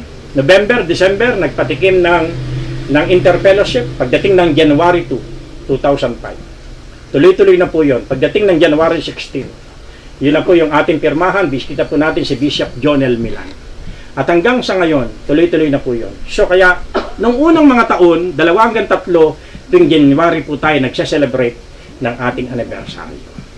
Pero August 4, nung tayo po ay ma-registered sa SEC. At yun po naging dahilan para po natin i-celebrate yung atin pong anibersaryo. Ano po, nag-prepare tayo. Maulan po noon, bisita po natin ng isang pastor ng Balanga. Ano po, matapos siyang mangaral, nagpunta po tayo doon para mag-groundbreaking. Kaya lang yung mga inilagay nating mga kung ano-ano doon, dahil may bagyo nung Sabado, tinanggal lahat yon at nalubog po. Pumunta po tayo doon, nalubog hanggang ito po, ito pa, hanggang dito. Ano po, hanggang dyan. Ang lubog natin. Doon nga nasira sapatos ko. So, alam natin yung istorya na iyan. Kaya nga na nag-meeting kami, pinag-uusapan natin. Gawin na lang natin kayong 2 anibersaryo natin. O, ibalik na lang kaya natin sa dati. Kasi pagkadating ng August, laging bagyo eh. Laging maulan. Kasi, di ba? Yan. So, happy anniversary po sa atin lahat. Yan po yung istorya. So, napunta lang po ako doon, mga kapatid. Napunta lang po ako sa ganun pong bagay kasi kasama po tayo sa bumuo ng CDC. Kaya alam po natin yung atin pong kalagayan. Pero salamat, sabi ko nga sa inyo, katulad ng sabi ni Pablo, huwag mong saktan ang iyong sarili. Pinaraphrase natin, mga kapatid, kailangan nyo ng tulong, mga pastor, andito kami. Mga miyembro, kailangan nyo ng tulong, andito yung mga pastor ninyo. Yung bawat isa sa atin, kailangan nyo ng tulong, andito lahat. Umaagapay, handa po tayo. Amen po ba? Ganyan po ba tayo? Iyan po mga kapatid, meron tayong problema lahat. Dinadanas po natin yan lahat mga kapatid. Pero yung mga nakakaangat sa atin o kahit hindi nakakaangat, nandito tayo, nagbibigay ng lakas ng loob, nananalangin sa kanila, na po kung kayang bisitahin, binibisita po natin. Iyan po ang ginawa ni Pablo. At ganyan din po tayo dapat bilang kanyang mga anak. At pagdating po ng verse 29, humingi ng ilaw ang bantay. At patakbong pumasok at nanginginig na nagpatira pa sa harapan ni Pablo at Silas. Una, bakit kaya siya humingi ng ilaw? Una, natural madilim. Ano po? Pero alam niyo po ba, mga kapatid, ang mga tao pong walang Jesus sa kanilang buhay ay nasa kadiliman ng mundong ito. At hindi lamang po ito literal na ilaw. Kailangan po ng ilaw ng mga taong wala pang relasyon sa Diyos. Katulad ng bantay. Kaya nangangailangan siya ng ilaw mga kapatid. Na po, ang ilaw na literal at ang ilaw na makilala niya si Jesus. May tatlong simbol ang light. O yan. Ayan, lampasan ko na yan. May tatlong simbol ang light. Jesus is the light of the world. Alam niyo po, actually, bago dyan, chapter 8, verse 12. Nung panahong kinreate ng Diyos ang mundo, dilim po raw ang bumabalot. At ano po ang unang salita na lumabas sa bibig ng Panginoon? Let there be light. Magkaroon ng liwanag. Ang unang kailangan, dahil ang mundo ay madilim. Dahil ang mundo po mga kapatid, ang dilim po ay sinisimbolo ng kasalanan. At kung ang tao po ay lalakad sa kadiliman, magpapatuloy sa kasalanan, alam naman natin, ang tiyak na kanyang patutunguhan. Kaya kailangan niya ng ilaw. At ang una pong liwanag ay si Jesus. Sabi niya nasa John chapter 8 verse 12, I am the light of the world. Ako po ang liwanag ng mundong ito. Ako ang liwanag ng mundong ito, sabi ni Jesus. At ang ikalawa, ang Word of God. Your word is a lamp to my feet and a light to my path. Sa Tagalog, ang salita mo'y ilawan sa aking mga paa at liwanag sa landas, sa aking landas o dinaraanan. Kailangan natin ang salita ng Diyos bilang liwanag. Kung ikaw ay naglalakad sa madilim na gabi at wala kang ilaw, wala kang flashlight, pwede kang matalisod, pwede kang madupilas, pwede kang mahulog sa hukay. Pero kung meron kang ilaw, nakikita mo, dinaraanan mo, kaya ka nakaiwas. Iyan ang nagagawa ng salita ng Diyos. Your word is a lamp to my feet and a lamp and a light to my path. Kaya napakahalaga ng salita po ng Diyos, mga kapatid, ay punong-puno tayo sa panahon na yun. Hanggang tayo po ay matulad sa isang puno na nakatanim sa batis. Sa Psalms chapter 1. Di ba? Na nangamumunga sa kapanahunan, hindi natutuyo at matatag. Di ba? Una, Pete, matatag siya doon. Mga kapatid, di ka masiscape. Anumang bagyong dumaan sa buhay mo, anumang problema, anumang pandemya ang dumaan sa buhay mo. At namumuhay sa kapanahunan. Di ba? Namumunga sa kapanahunan. At nananatiling sariwa ang dahon. Meron tayong mga nauhugot na mga katotohanan ng salita ng atin pong Panginoon. At pangatlong light, tayo po yon, mga believers. You are the light of the world. A city set on a hill cannot be hidden. Tayo po raw ang liwanag ng mundong ito. Kung paano ang isang syudad ay hindi maitatago, mga kapatid, dahil lantaran po siya. Ganyan po tayo pong mga Kristiyano, mga kapatid. Kaya, kung nasa iyo si Jesus, nasa iyo ang salita ng Diyos, tayo po ang liwanag ng mundong ito. At kung isang tao na walang Jesus at salita ng Diyos sa kanyang buhay, siya po ay nasa kadiliman sa mundong ito. At sabi ko nga sa inyo, ang dilim ay sumisimbolo sa kasalanan. At kung walang magsishare, mga kapatid, sa mga taong ito ng salita ng ating Panginoon, para dalahin sila palapit kay Jesus, mga kapatid, at magpapatuloy sila sa kadiliman, sa kanila pong pamumuhay, alam po natin ang dulo po nito, kapahamakan. Kaya, ano ang sabi niya muli? Humingi siya ng ilaw. Hindi lamang ang bantay, mga kapatid, ang nangangailangan ng ilaw na ito, na sinasabi po natin, maaaring iyan po ay nasa loob ng inyong mga bahay, mga kasama natin sa bahay, na wala pang relasyon sa Diyos, mga kapatid, magulang, kaanak, kaibigan, mga kapatid, kapitbahay, kaklase, kaopisina. Ang tanong lamang, bilang ikaw ang ilaw ng sanlibutan, handa mo bang ibahagi ang salita ng Diyos sa kanila? Ang liwanag na kailangan nila para ilapit natin sila sa ating Panginoon. Hallelujah. Yan pong kailangan po nating gawin sa kanila, mga kapatid. Napapurihin po ang Diyos.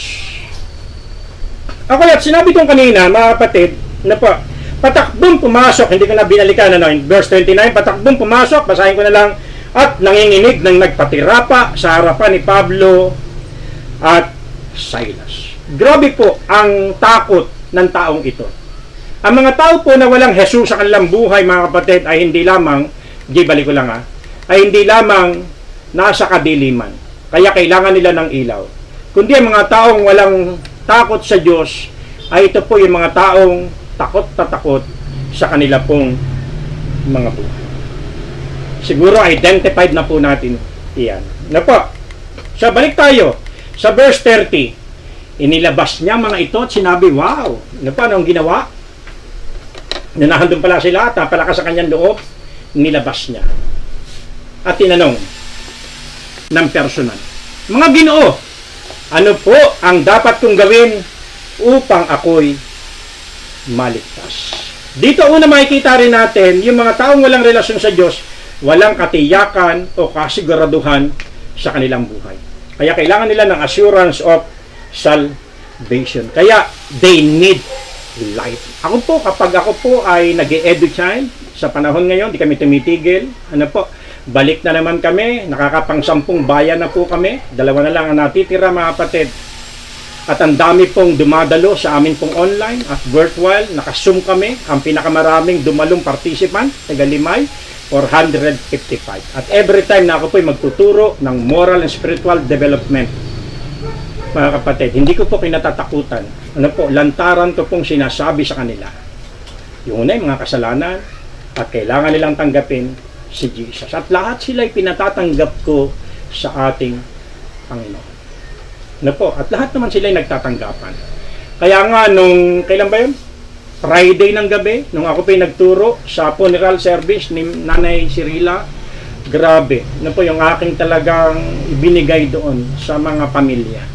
Sabi ko nga, kung gaano ko kamahal si nanay, mahal ko rin po kayo. At kung ano po yung desire ni nanay na lahat ng inyong sambahayan, lahat po kayo na kanyang mga anak, mga apo, mga manugang, ay gusto niyang maligtas, ito rin po yung nais ko. Katulad ni Pablo. Ano po, ito rin po yung nais kong gawin sa inyo. Kaya isinyer ko sa kanila yung mga dapat nilang gawain. Mga kapatid, at dito po ako pupunta sa ating po ikalawang puntos. Kaya, ang gusto ko lang sabihin dyan, kailangan nating i-share ang salita ng Diyos. Ano po? Ano ang dapat kong gawin? Balikan natin tanong para ako maligtas. Ito po yung tanong na kay ganda. Ano po? Ito po yung tanong na kay ganda. Ang iba, kailan kaya darating ang Panginoon? Ano po? Yan ang tanong. Kailan kaya matatapos ang labanan? Kailan kaya mawawala ang COVID?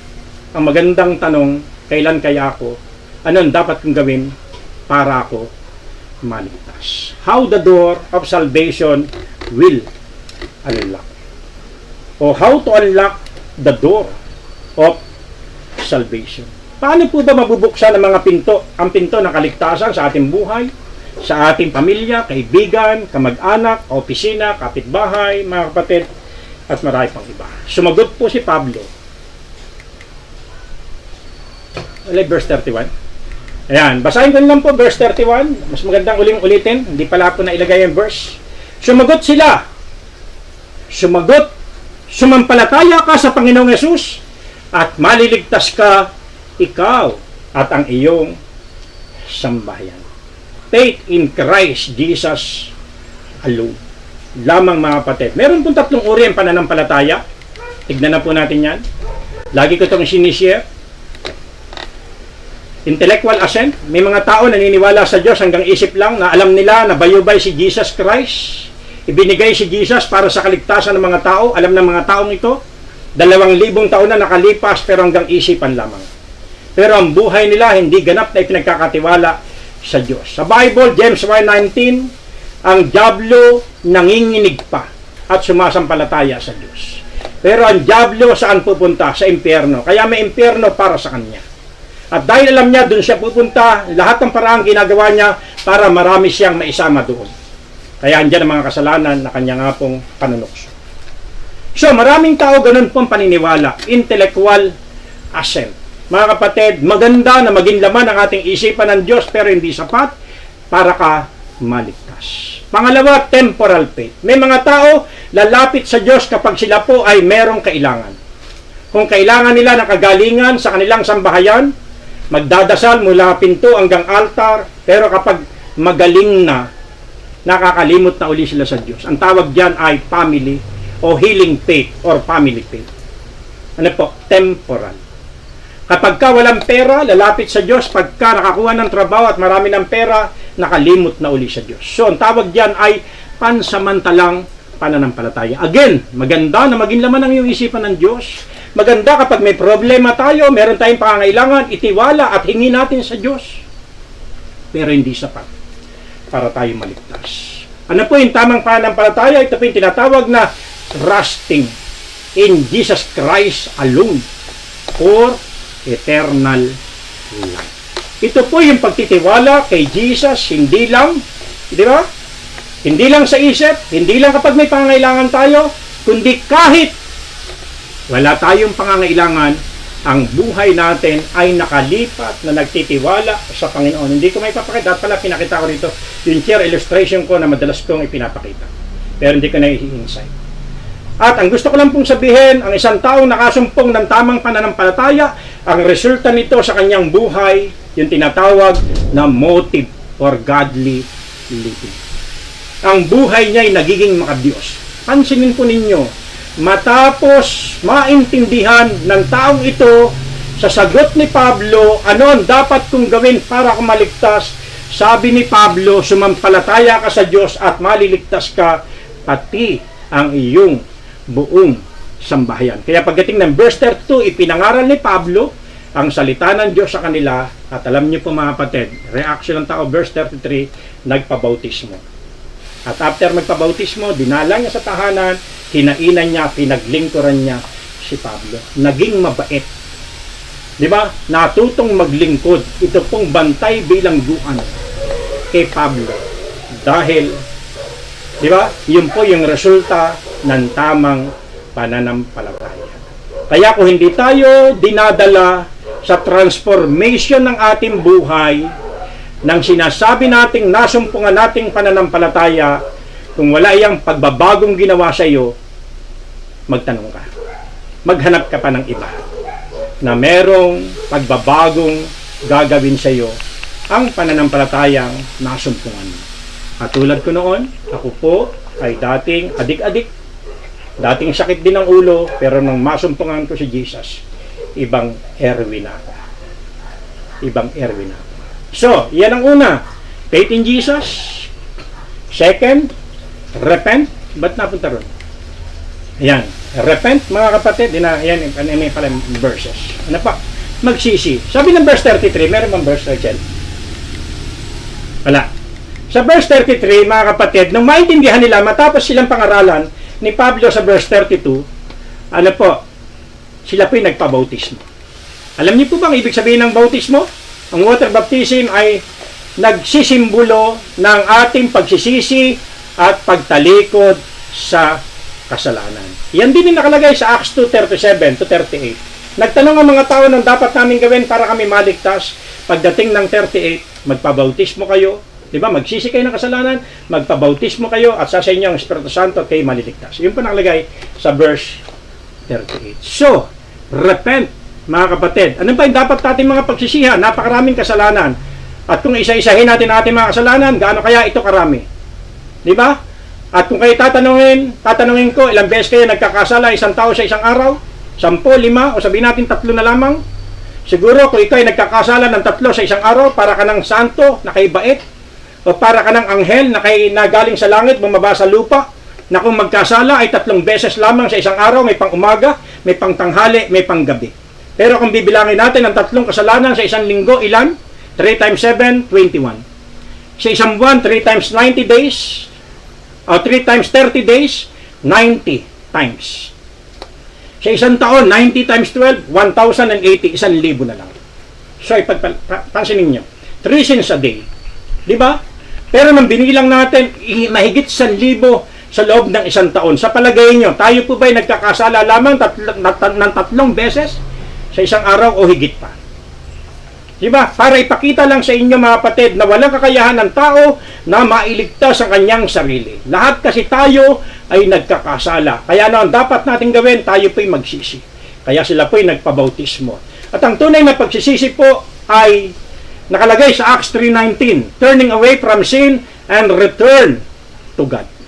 Ang tunay na pagsisisi ay hindi sapat na aminin lamang natin makasalanan tayo. Diba maraming tao umaamin makasalanan, ako'y babaero, ako'y sugarol, ako'y sabungero, di ba? Hanggang amin lang, pero hindi naman nagsisi. May mga tao naman pumunta ng simbahan para magsisi, nangumpisal. Di ba? Pero after noon magsisi, hindi naman tumalikod. Kaya paglabas ng simbahan, ano ginagawa? Balik na naman sa dating kasalanan. Ang ibig sabihin ng true repentance ay turning away from sin and return to God. Aminin mo, pagsisihan mo, at talikuran mo, iwanan mo. At tumalikod ka. At humarap ka sa Diyos. Ang isang tao na tumalikod sa kasalanan at humarap sa Diyos, hindi pa rin perpekto. Nagkakamali pa rin. Nagkakasala pa rin. Pero titigil ka lang. At meron conviction na magsasabi sa damdamin mo, hingi ka ng tawad. At sa paghingi mo ng tawad, hakbang ka na naman, palapit ka ng palapit sa Panginoon hanggang patuloy ka naluluwalhati. Pero ang isang taong umamin lang, nagsisi at hindi naman tumalikod, dahil nakatalikod sa Diyos, hindi nakaharap sa Kanya, paglakad niya uli, palayo na naman sa Diyos. Katulad ng ilaw, habang ang ilaw lumalapit ka, lalo kang naliliwanagan. Pero sa sandaling tumalikod ka sa ilaw at lumakad ka, ano mangyayari sa iyo? Ikaw ay patuloy na nadidiliman. Hanggang totally, malayo ka na sa ilaw, madilim na ang iyong dinadaanan. Ganyan po mga kapatid. Kaya napakahalaga, pangalawa, hindi lamang po pananampalataya kay Jesus. Kailangan tayong magsisi ng ating kasalanan. At pangatlo, accept Jesus as Lord and Savior ng iyong buhay. Anggapin natin si Jesus bilang Panginoon at tagapagligtas ng ating buhay. Kung ikaw ay nagmamaneho ng sasakyan at bago ka pa lamang nagdadrive at nasa isang highway ka, at siyempre, dahil bago, medyo dahan-dahan at medyo paliko-liko siguro. At kung itutuloy mo ang pagdadrive na yon, baka ikaw una mabangga o kaya makabangga ka. Kaya nag-decide ka, itigil na lang at naghintay ng ekspertong driver at sabihin sa ekspertong driver na to, sabihin natin kapitbahay mo, kakilala mo at sabihin mo sa kanya, kapatid, tara, sabihin ka na sa akin. At ikaw naman, ekspertong driver, siyempre, bago yung sasakyan. Na po, at iyon, pinag-drive mo siya at ikaw ay nasa tabi niya o nasa likod niya, pwede kang relax at umasa na dadalhin ka ng ligtas sa iyong pupuntahan o uuwian. Kasi expert driver yung nagmaneho. Si Jesus po ay expertong driver ng ating buhay. Kung ikaw noon ay lumiliko sa kanan, lumiliko sa kaliwa, atras abante, sa kasalanan, pero sandaling si Jesus, panahanin mo sa iyong buhay, tanggapin mong totohanan sa iyong puso mga kapatid, magkakaroon ng direksyon ang iyong buhay. Iyan po yung 3 bagay na kailangan nating gawin at i-share sa ating mga sambahayan para ang tao po ay magbukas ang pinto ng kaligtasan sa kanila. Kailangan tayong manampalataya, kailangan tayong magsisi at tanggapin si Jesus bilang Lord and Savior ng ating pong buhay. At pangatlo, what will happen when you believe? At ano po ang pwede pong maging resulta nito sa buhay natin, sa sandali na kilalanin natin si Jesus bilang Lord and Savior, manampalataya at magsisi ng ating mga kasalanan, tiyak na kaligtasan. Verse 31 pa rin mga kapatid, sabi doon, sumampalataya ka sa Diyos at maliligtas ka, ikaw at ang iyong buong sambahayan. Ang ibig sabihin naman nun, hindi yung ibig sabihin ng palataya ka, maborn again rin agad mga kapatid, dahil ikaw ang binuksan ng Diyos. Sa tamang pananampalataya, ikaw ang gagamitin ng Diyos para ang pamilya mo ay maligtas. Una, sa pagtsatsaga mo, sa panalangin mo, hindi ka nagsasawang nagsishare sa kanila, matapos mong gampanan ang iyong tungkulin, na ipahayag sa kanila mabuting balita, nagpakita ka ng magandang patotoo at ayaw nilang kumilala sa Diyos, doon, libre ka. Na pa. Pero dahil pangako yan ng Diyos, magugulat ka na lang. Isang araw, pwedeng may gamitin ng Diyos sa sitwasyon, may gamitin siyang tao, o kaya wala ka na sa mundong ito, binuksan ng Diyos ang puso at isipan ng magulang mo, ng mga kapatid mo, ng mga anak mo, dahil ang pangako niya, ikaw at ang iyong sambahayan ay maliligtas. So, meron tayong gagawin. Di ba? Kailangan tayong mamuhay ng tapat at totoo sa harapan niya at wag nating sasawaan, wag nating isuko sa kaaway. Na po, kung sila'y, sabi nga, talagang nasa liko, nakakandado, wag nating hayaan. Ilaban natin. Sa panalangin, mga kapatid, hindi sila makakapalag. At habang nanalangin si Pablo, si Silas, nakikinig ang mga bilanggo. Di kaginsa-ginsay, lumindol na napakalakas, nayanig ang mga pundasyon at nagsibukasan ang mga pinto at nakalag ang mga tanikala sa kanilang mga paa. Yan po ang pwede pong mangyari. Sa panalangin natin, merong unti-unti nakakapag-penetrate ang Diyos sa kanilang mga buhay. At unti-unti sila pinapalaya sa umaalipin sa kanila.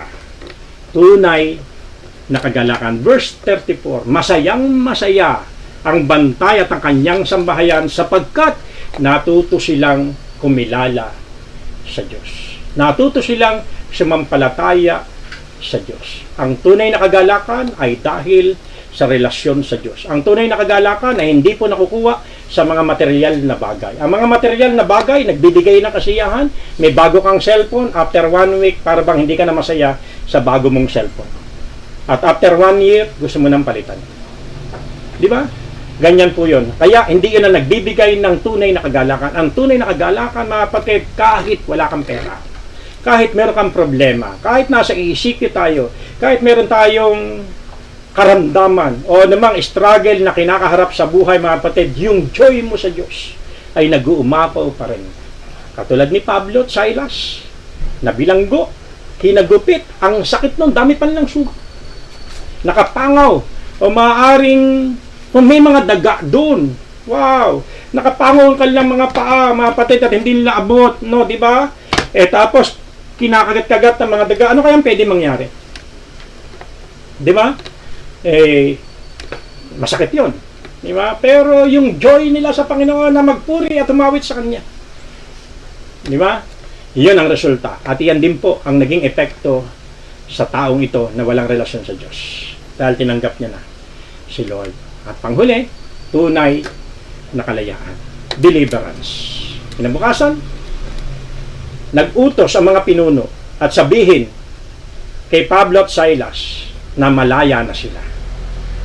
Sabihin niya sa inyo mga katabi, kinaumagahan, wow mga kapatid, merong umagang darating, madilim, kinabukasan mga kapatid, yung dilim ay matatapos din at meron pong umaga. At kinaumagahan, meron ng inutusan ng Diyos. Wow, meron ng inutusan ng Panginoon para po tayo'y palayain, para po tayo'y pagpalain at ganap na gawaan at himala. Yan po ang tandaan ninyo. Di ba? Purihin po ang Panginoon. Bagamat, siyempre, ang kwento dyan, si Pablo, hindi pwede yun. Patapos nyo kaming hagupitin, ibilanggo, na wala namang kaming kasalanan, gayong kami Romano. Sila nagkulong sa amin. Sila ang pumunta rito. Alam niyo, yung mga pinuno ng lungsod na yon, ng lugar na yon, sila ang lumapit at tumingin ng sorry kay Pablo. Sapagkat totoo. Di ba? Pero reaksyon, nakita natin mga kapatid, 3 bagay sa atin pong pinag-usapan. Paano tayo humarap? Katulad ni Pablo at Silas, kapag tayo pa'y mayroong mga surilanin sa buhay. Nakita natin yung kaibahan ng taong merong Diyos at taong walang Diyos. Yung walang Diyos, magpapakamatay. At kailangan niya ang ilaw at wala siyang katiyakan sa kaligtasan. Pero ang taong may Diyos. Katulad ni Pablo at katulad po nating mga Kristyano, mga kapatid. Ano po dapat lang natin gawin sa panahong ito? Tayo po'y magpuri, manalangin, at magtiwala sa ating Diyos na buhay. At mag-expect tayo, merong lindol. Ano po? Hindi literal na lindol, pwedeng literal na lindol na magpayanig sa kadiliman, magpayanig para matanggal yung mga tanikala at magsibukasan ng mga pinto, mga kapatid, ng opportunity sa ating buhay. Yun po ang ating gawin. Amen po ba? Pero kung ginagawa mo, may problema na, may ECQ na, Dota ka pa rin ng Dota. Di ba? ML ka pa rin ng ML. Tulog ka pa rin lang ng tulog. Di ba? Salig na kumilos ka sa bahay. Magkusa ka, maglinis, magtrabaho, tumulong sa pamilya. Di ba? Sakit ka pa ng ulo. Wow. Pangit. Hindi ho yung maganda. Tama po ba? Purihin po ang dakilang Diyos. At nakita naman natin, mga kapatid, paano magbubukas ang pinto ng kaligtasan sa mga tao. Kung kayo po ay walang relasyon sa Diyos, manampalataya tayo, magsisi tayo ng kasalanan at tanggapin natin siya bilang Lord and Savior. At ang resulta po nito sa ating buhay, tiyak na kaligtasan, tunay na kagalakan, at tunay na kalayaan. Tayo po ay manalangin.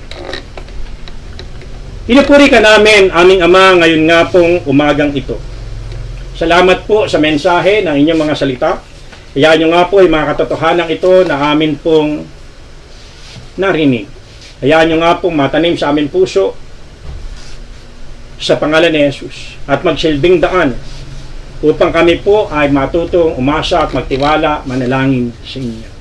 Sa pangalan ni Jesus, anumang chain meron ang bawat isa. Sila man po ay bilanggo ng karamdaman, bilanggo ng problema, bilanggo ng pagsubok o anumang uri ng kahirapan. Salamat pa aming Diyos. Kayo po ang siyang magbibigay ng tunay na kalayaan sa kanila. In the name of Jesus Christ. Tuloy ka magpuri at magpasalamat sa ating Panginoon at ipamuhay natin ating pananampalataya. At kung ngayon naman po ay katulad ng bantay bilangguan na wala pa pong katiyakan sa inyong kaligtasan, kailangan niyo po si Jesus. Kailangan po natin magsisi, kailangan po natin manampalataya at tanggapin natin siya bilang Lord and Savior ng atin pong mga buhay. Hallelujah. Pwede po kayo sumunod sa aking dasal. Sabihin po ninyo, Panginoong Yesus, inaamin ko, isa akong makasalanan, naririto ako ngayon, lubos-lubos ang pasalamat sa inyong mga salita na nagbukas ng aking isipan.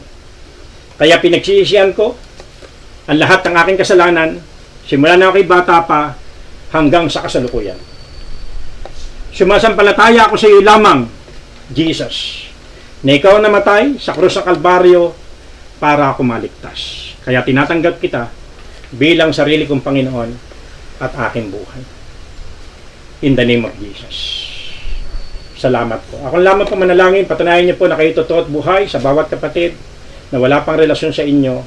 Bautismo mo sila sa ngalan ng Ama, ng Anak, at ng Espiritu Santo. At sa akin mga kapatiran, di lang sa CDC, bigyan niyo po ng kalayaan at magbukas ang pinto ng marami pang opportunity sa kanilang mga buhay. Yung mga may karamdaman, nanalangin kami ng ganap na kagalingan at himala para nga po sa kanila. Ang aming bayan, sa inyo namin tinatalaga, ang aming bansa, sa inyo namin tinatalaga, yung ECQ na ito ay makatulong para po mapigilan ito pong pagkalat ng virus ng Delta variant.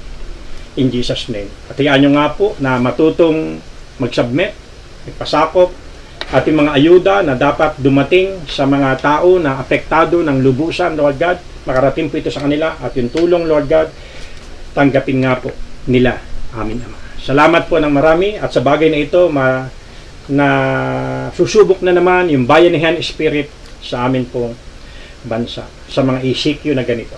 At salamat, likas na matulungin ang kapwa namin, mga Pilipino. Pagpalain niyo po yung mga leaders namin, ang aming Pangulo. Samahan mo siyang patuloy, iligtas, bigyan ng kaligtasan, hindi lang physical, maging spiritual. Dalangin namin ang laging kalusugan sa Kanya, 10 na mga lahat ng namumuno, karunungan pa rin sa kanilang mga desisyong dinidesisyonan, Lord God, ibinababa, at katuwiran sa kanilang nga pong leadership. Ama, maraming salamat.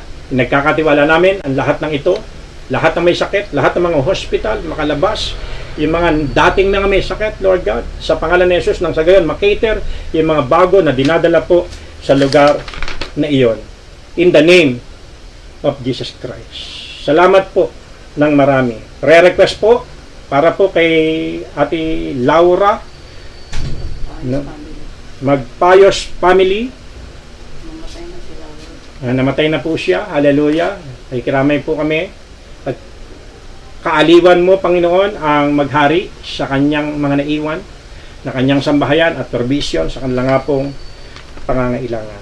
At prayer po kay Ate Ems, yung bagong lilipatan niyang tahanan, Lord God. At kay Rachel, prayer request niya rin po yung kanyang office mates. At bukas siya po ay kumbaga sa pagliwas para po sa mga requirement. In the name of Jesus Christ. At pang mga kapatira namin, sa inyo namin sila in-entrust. Lord God, yung mga nagpositibo, maging negative na sila sa kanilang another swab test. Yung mga severe ang cases sa kanilang kalagayan, ang mga nasa hospital, Lord, dalangin namin ang iyong favor, ang himala sa kanila. In the name of Jesus Christ. Salamat. Lahat ng ito, in-entrust namin sa inyo. Pagpalain niyo po ang kabuang CDC sa kanilang mga tahanan. Alam niyo po yung kanilang mga sitwasyon, Lord God. Bumukas sa kanilang mga pinto, ang pagkapalay dumaloy para maging pagkapala mga CDC members, CDC leaders sa maraming mga taong nangangailangan. Salamat po ng marami. Salamat po. Alam namin buhay kayong Diyos na tumutugon sa aming panalangin. Sa ipong papuri, pagsambat pa, salamat sa ngalan ng aming Panginoong Yesus. Amen. Muli, dadako po tayo sa atin pong pagsiselyo ng atin pong mensahe para lalahanin uli ang ginawa ng ating Panginoong Yesus na nabayubay sa krus para magsilbing kaligtasan ng lahat, kagalingan sa ating mga katawang may karamdaman. Dahil sa ating pagsampalataya sa kanyang katawan ay binugbog. Yan ang sabi ng Bible, by stripe we are healed. At salamat sa kanyang dugo na nagsilbing daan para po tayo mapatawad at magkaroon ng kumpiyansa na lumapit sa kanya. Kung kayo po ay handa na sa mga elemento na meron kayo, sige po, distribute na po natin. Yung una, yung bread at yung ating grape juice, simbolo ng dugo ng ating Panginoong Yesus. Hallelujah.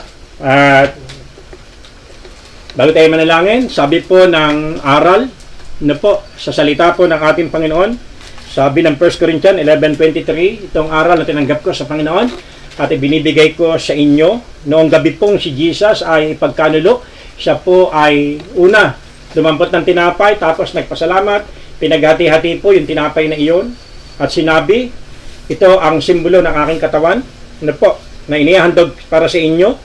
Gawin ninyo ito bilang pag-alaala sa akin. Manalangin tayo, ang pagpalang Ama, salamat sa pagmamahal mo sa mundo. Binigay mo ang inyong kaisa-isang anak na si Jesus, at dahil kay Jesus may solusyon na ang problema. Salamat at sa pagtanggap ng kanyang latay sa katawan, anumang uri ng sakit may kagalingan. Virus man ito. In the name of Jesus Christ. Kaya sa pag-take namin ito, kung sino man po ang meron pong mga karamdaman, manampalataya tayo na tayo po ay siyang gagaling. Salamat po aming Ama. Ito po ay aming inaalala ngayong umaga. Pinupuri ka po namin, sinasambat pinapasalamatan sa pangalan ng aming Panginoong Yesus. Amen. Kanin po natin.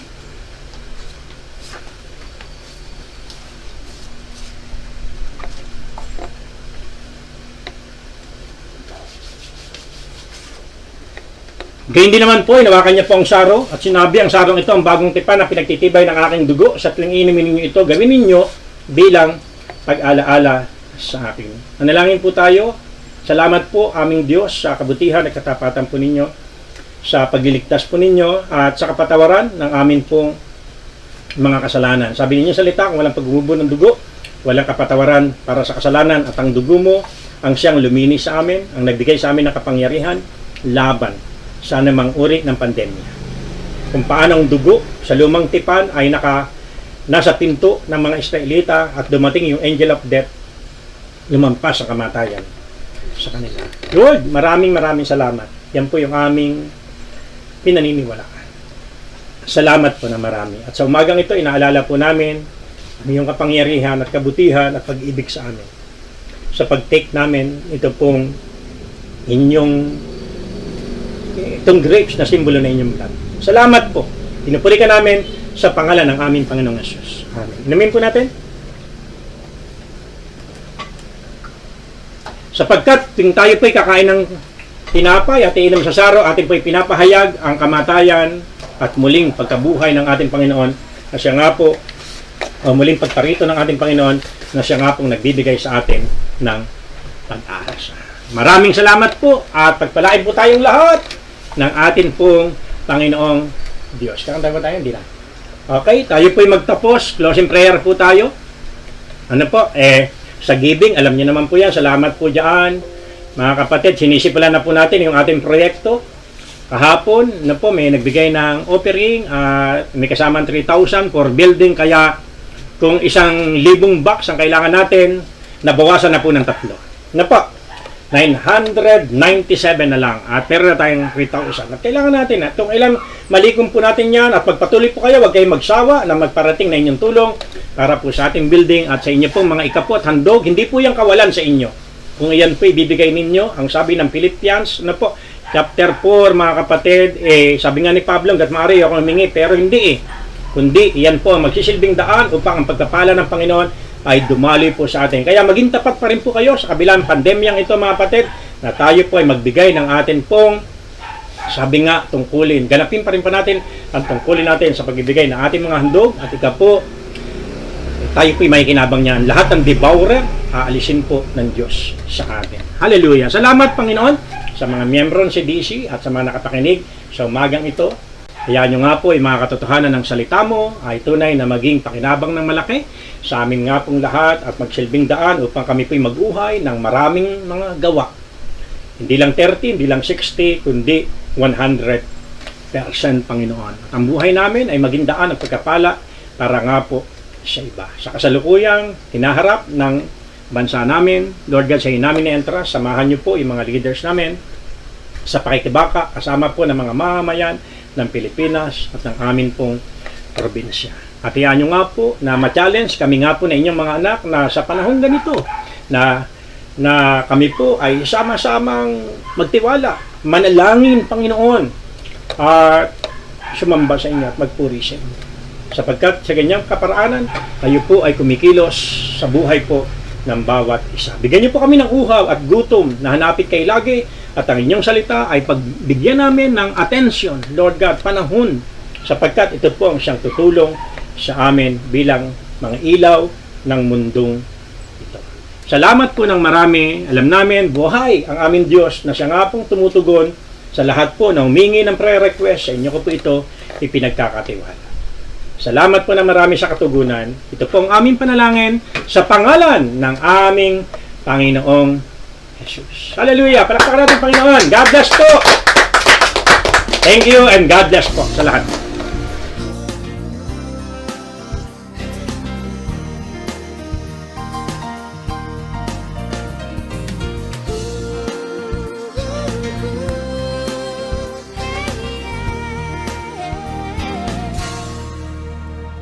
Sa simula pa man, ikaw si Yahweh manlilikha.